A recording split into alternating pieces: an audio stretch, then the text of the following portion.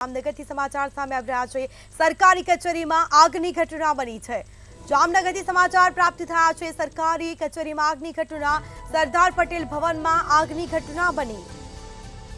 આ સાથે પ્રદૂષણ નિયંત્રણ બોર્ડની ઓફિસમાં આગ લાગી છે। આગના કારણે ફાઇલ સહિતનો સામાન બળીને ખાખ થયો। તો બીજી તરફ વહેલી સવારે આગ લાગતા નાસભાગ મચી છે। આગનું કારણ અકબંધ જાણવા મળેલ છે।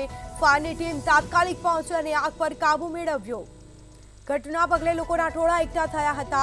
સરદાર પટેલ ભવનમાં આગની ઘટના બની। સમગ્ર માલ સામાન બળીને ખાખ થયો છે। પ્રદૂષણ નિયંત્રણ બોર્ડની ઓફિસમાં આગની ઘટના બની હતી।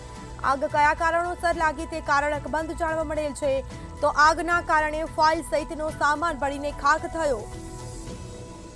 તો વહેલી સવારે આગ લાગતા જ નાસભાગ મચી। આગ લાગતા ફાયર વિભાગને જાણ કરવામાં આવી। ફાયર વિભાગનો કાફલો તાત્કાલિક ઘટના સ્થળ પર આવી પહોંચ્યો હતો અને તપાસ પણ હાથ ધરાઈ હતી। આ સાથે સરદાર પટેલ ભવનમાં આગની ઘટના બની। તો બીજી તરફ ફાયર બ્રિગેડ દ્વારા પાણીનો મારો ચલાવી આગ બુઝાવવાની કામગીરી કરવામાં આવી હતી। આ સીધા દ્રશ્યો અમે આપને બતાવી રહ્યા છે, જેમાં પ્રદૂષણ નિયંત્રણ બોર્ડની ઓફિસમાં આગ લાગી। તો વધુ વિગતો સાથે સંવાદદાતા સાગર સંઘાણી ફોન લાઈન પર જોડાઈ ગયા છે। જી, જામનગરની સરકારી કચેરીમાં આગની ઘટના બની છે, શું છે સમગ્ર મામલો?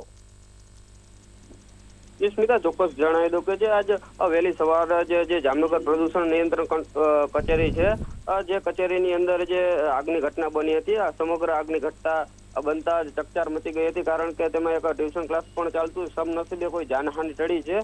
જો વાત કરવામાં આવે જામનગર શહેરના રામેશ્વર વિસ્તારમાં આવેલી જે પ્રદૂષણ નિયંત્રણ કંટ્રોલ બોર્ડની કચેરી છે, વહેલી સવારે તેમાં આગ લાગી હતી અને આગ લાગતાની સાથે જ ફાયર ફાઇટરને ઘટના સ્થળે બોલાવવામાં આવ્યા છે અને ફાયર ઉપર તરત જ જે કાબુ મેળવવાની જે આગની ઘટના હતી તેમને સમગ્ર જે આગને કાબુ મેળવવામાં આવ્યો છે ને આગની ઘટનાને બનતા જે ચકચાર મચી ગયો હતો અને અંદરના પુરાવા પણ જે નાશ થઈ ગયા છે, બળીને ખાખ થઈ ગયા છે, તે પણ જે જોવા મળી રહ્યા છે અને સમગ્ર મામલાની વિગત કઈ જાણી ના શકાય, કારણ કે કોઈ આકસ્મિક બનાવ હોય તેવું લાગી રહ્યું છે।